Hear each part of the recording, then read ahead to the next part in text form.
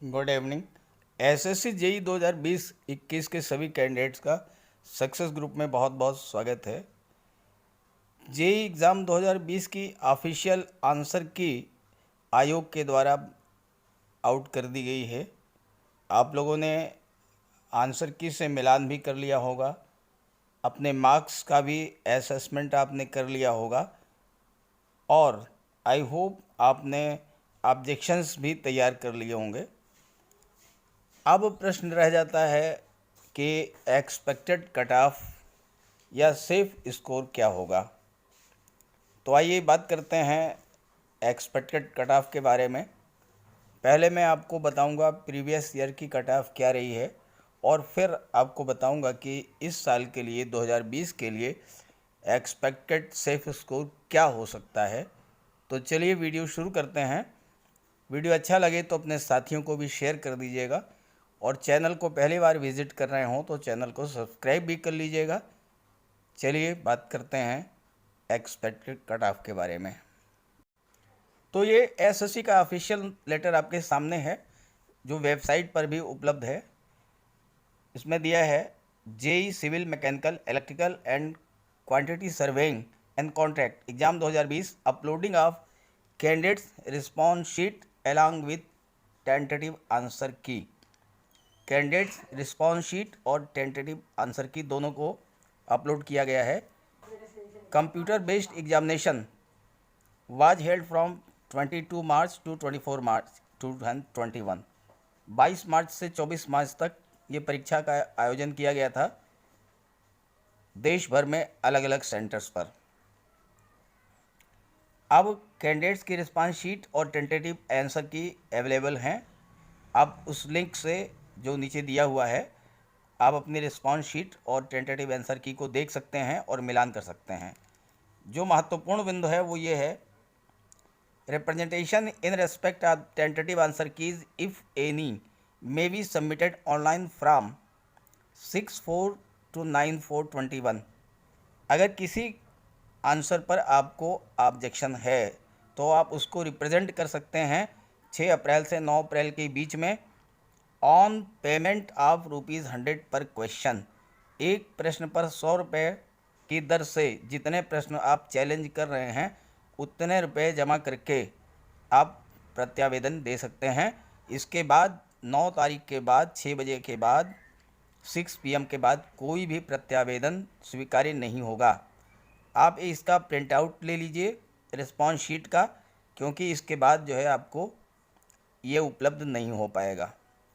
तो ये थी टेंटेटिव आंसर की और इसके बाद ये जो है लिंक दिया है, इसको जब आप क्लिक करेंगे तो ये सारी चीज़ें आपको मिल जाएंगी। अब बात कर लेते हैं 2019 की कट ऑफ क्या रही है। तो ये रिज़ल्ट भी एसएससी के वेबसाइट पर अवेलेबल है। Declaration of result of paper 1 for shortlisting of candidate for appearing in paper 2। ये 2019 पेपर 1 का रिज़ल्ट है। सीधे मैं आपको रिज़ल्ट ही दिखा देता हूँ।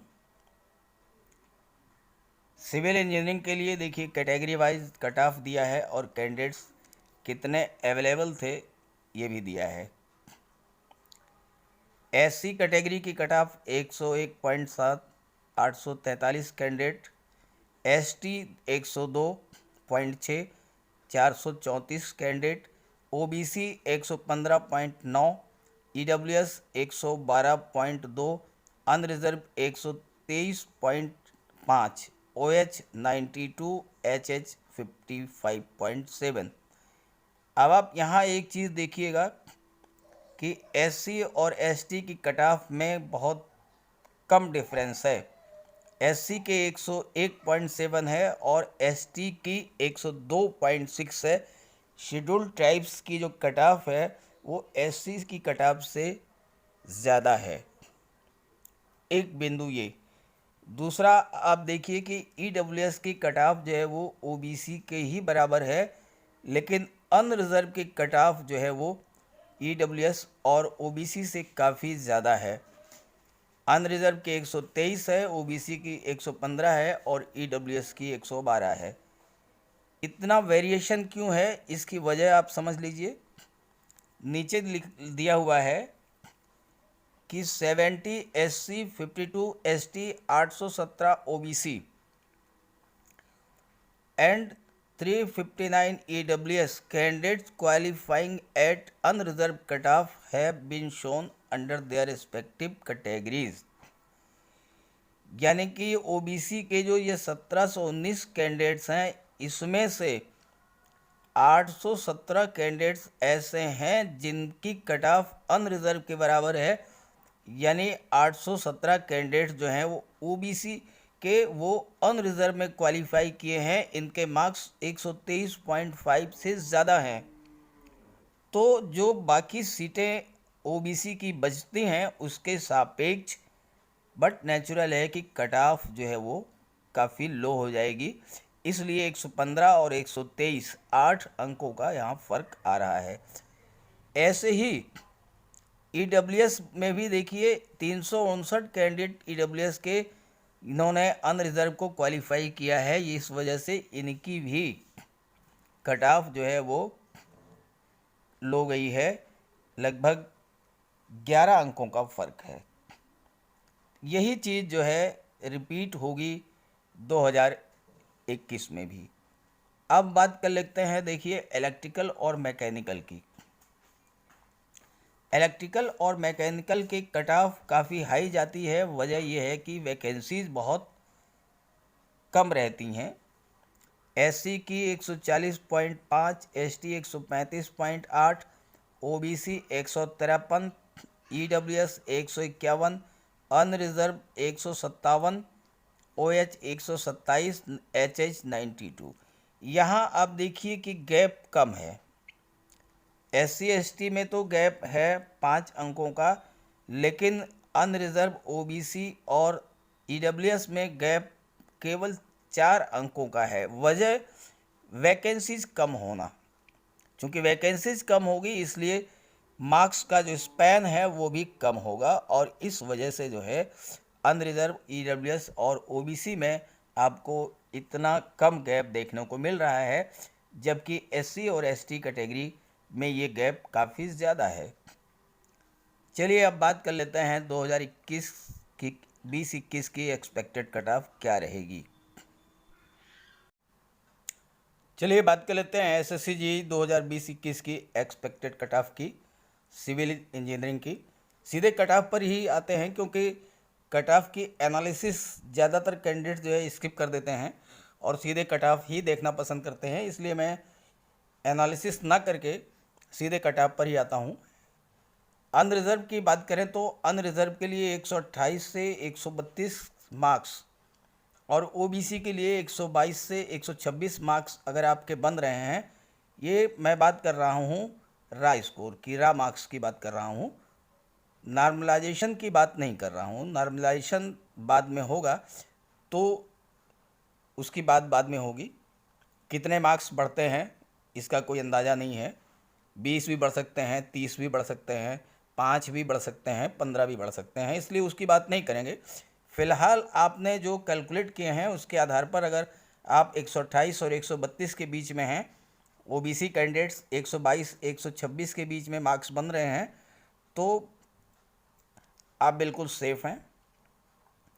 ऐसे ही ईडब्ल्यूएस कैटेगरी के कैंडिडेट्स के मार्क्स अगर 120 124 के बीच में हैं, एससी कैटेगरी के मार्क्स 115 119 के बीच है, और अगर एसटी के 112 से 116 के बीच मार्क्स बन रहे हैं, तो आप बिल्कुल सेफ़ हैं, आप क्वालिफाई कर जाएंगे पेपर 1 को।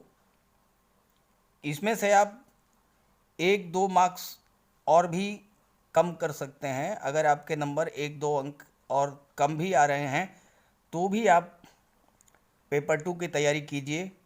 वजह यह है कि हो सकता है कि आपके मार्क्स कम आए, रा मार्क्स कम आए, लेकिन आफ्टर नॉर्मलाइजेशन आपको उसका बेनिफिट मिल जाए, आपको ज़्यादा नंबर मिल जाए। तो इसलिए अगर 1-2 नंबर और इससे कम भी हैं, सपोज कीजिए एसटी कैटेगरी का किसी कैंडिडेट का 112 के स्थान पर 110 है, तो आपको तैयारी करनी चाहिए पेपर 2 की, क्योंकि हो सकता है नॉर्मलाइजेशन के बाद ये 125 हो जाए, और जिस कैंडिडेट का 112 है हो सकता है कि उसका जो है नॉर्मलाइजेशन के बाद 126 हो जाए। तो इसलिए जो है आप अगर 1-2 नंबर कम भी है तो भी आप जो है तैयारी करें पेपर 2 की। अब बात कर लेते हैं इलेक्ट्रिकल और मैकेनिकल की। इलेक्ट्रिकल और मैकेनिकल की चूँकि वैकेंसीज कम रहती हैं इसलिए कट ऑफ काफ़ी हाई जाती है, लेकिन इतनी हाई भी नहीं जाएगी। अनरिजर्व के 158 से 162 के बीच में, ओबीसी 154 से 158 के बीच में, ईडब्ल्यूएस के 151 से 155 के बीच में अगर मार्क्स आपके आ रहे हैं, you are quite safe, paper 2 की तैयारी कीजिए। यहाँ भी मैं वही बात कहना चाहता हूँ कि अगर इससे आपके 2 मार्क्स कम भी बन रहे हैं तो भी आप पेपर 2 की तैयारी कीजिए, क्योंकि नॉर्मलाइजेशन में कितने मार्क्स आपके बढ़ते हैं अभी इसका कोई आइडिया नहीं है। मे भी पॉसिबल कि ओबीसी कैंडिडेट जिसका 150 है या 151 है वो भी क्वालिफाई कर सकता है। हमने यहाँ पर 154-158 के बीच में एक्सपेक्ट किया है, लेकिन अगर 150 भी है और नॉर्मलाइजेशन के बाद 165 या 166 हो जाता है, हो सकता है 154 नंबर जिसका हो उसका भी 165-166 ही हो, तो 150 नंबर वाला कैंडिडेट भी क्वालिफाई कर जाएगा। तो इसलिए अगर इससे आपके 2-3 मार्क्स कम भी आ रहे हैं तो भी आप जो है तैयारी कीजिए पेपर 2 की। ऐसी एससी और एसटी कैटेगरी की बात करें तो 145 से 149 के बीच में अगर एससी कैटेगरी के मार्क्स और एसटी के 142 से 146 के बीच मार्क्स बन रहे हैं तो आप क्वालिफाई करेंगे पेपर 1। यहाँ भी वही बात है कि अगर आपके जो है 2-3 नंबर इससे कम भी हैं तो भी आप तैयारी कीजिए। नॉर्मलाइजेशन में मार्क्स कितने बढ़ते हैं ये कुछ नहीं कहा जा सकता है, इसलिए जो है इससे 2-3 नंबर कम पर भी आप जो है आप सेफ हैं, सिक्योर हैं, तैयारी कीजिए पेपर 2 की। तो आई होप ये वीडियो आपको पसंद आएगा, पसंद आए तो अपने साथियों को भी शेयर कीजिएगा। Okay, thank you.